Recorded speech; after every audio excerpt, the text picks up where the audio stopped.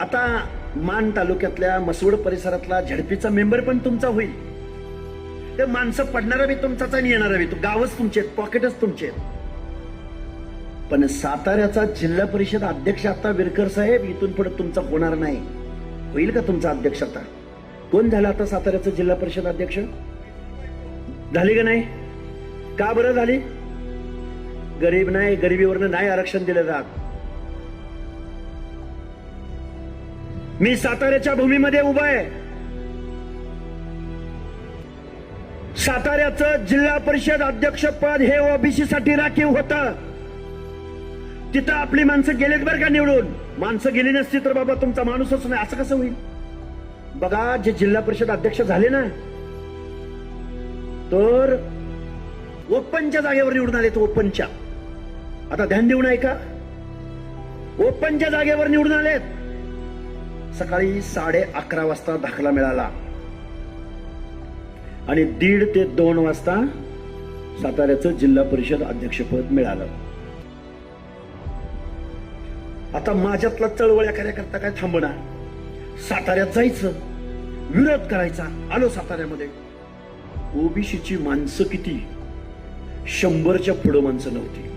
आलो, बाबासाहेबांच्या पुतळ्यांना पुष्पहार अर्पण केला. ओबीसीची माणसं 100 आणि पोलीस 250. अरे म्हणलं, साताऱ्यामध्ये ही परिस्थिती का निर्माण झाली असेल? सातारा कुणाचा आहे? यांच्या बापाची जहागीर आहे सातारा जिल्हा. मानखटाव मध्ये कोण राहतं? ओबीसी राहत नाहीत. पारगाव खंडाळ्यामध्ये कोण राहतं? ओबीसी राहत नाहीत. वाई मध्ये कोण राहतं? ओबीसी राहत नाहीत. फलटण मध्ये कोण राहतं? ओबीसी राहत नाहीत. म्हणजे मला काय म्हणायचं आहे, सातारा जिल्ह्यामध्ये ओबीसी राहतो की नाही? राहतो की नाही? मग आता संख्या जर काढायची म्हटलं, बापूराव, ती सुद्धा मोहीम आपल्याला राबवावी लागल. हिंगणे महाराज, कर्णवर साहेब, असं अब्दून काही आपल्या हाताला लागणार नाही. गावगड्यातल्या 18 पगड जातींच्या मनामध्ये विश्वास निर्माण करावा लागेल.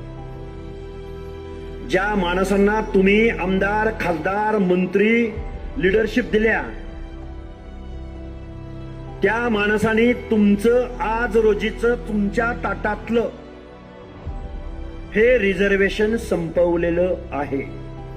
गणेशोत्सवाची लगबग सुरू झाली आणि तुम्ही सुबक व शास्त्रशुद्ध गणेश मूर्ती अगदी स्वस्त दरात बघताय. मग वेळ कशाला दवडता? सुबक आणि शास्त्रशुद्ध पद्धतीच्या गणेश मूर्ती तयार करणाऱ्या परळीच्या सुप्रसिद्ध मूर्तिकार वाईकर यांच्या सुनील गणेश आर्ट प्रदर्शनाला आजच भेट द्या आणि आपली आवडती गणेश मूर्ती बुक करा.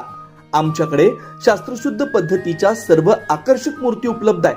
त्याचबरोबर मूर्तीवर ज्वेलरी, फेटा, धोतर आणि पूर्ण पोशाख करून सजावट केलेल्या मूर्तीही उपलब्ध आहेत.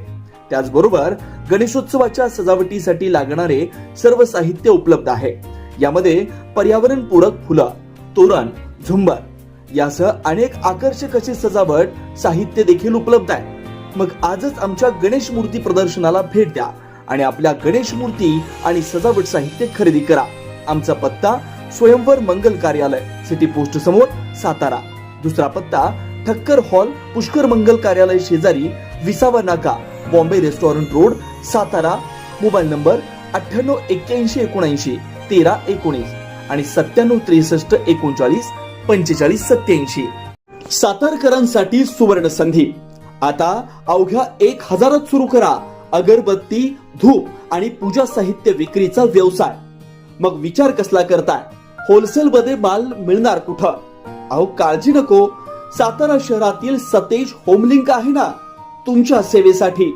या दुकानात अगदी 1000 होलसेल दरात अगरबत्ती, धूप, कापूर यासह पूजेसाठी लागणारे सर्व साहित्य विक्रीसाठी उपलब्ध आहे.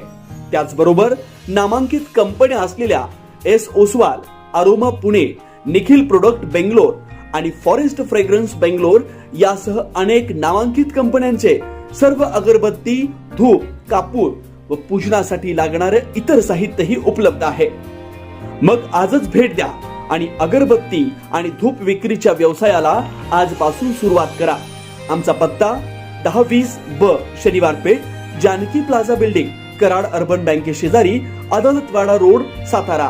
Mobile number 985018 2862, 90 11 70 78 99.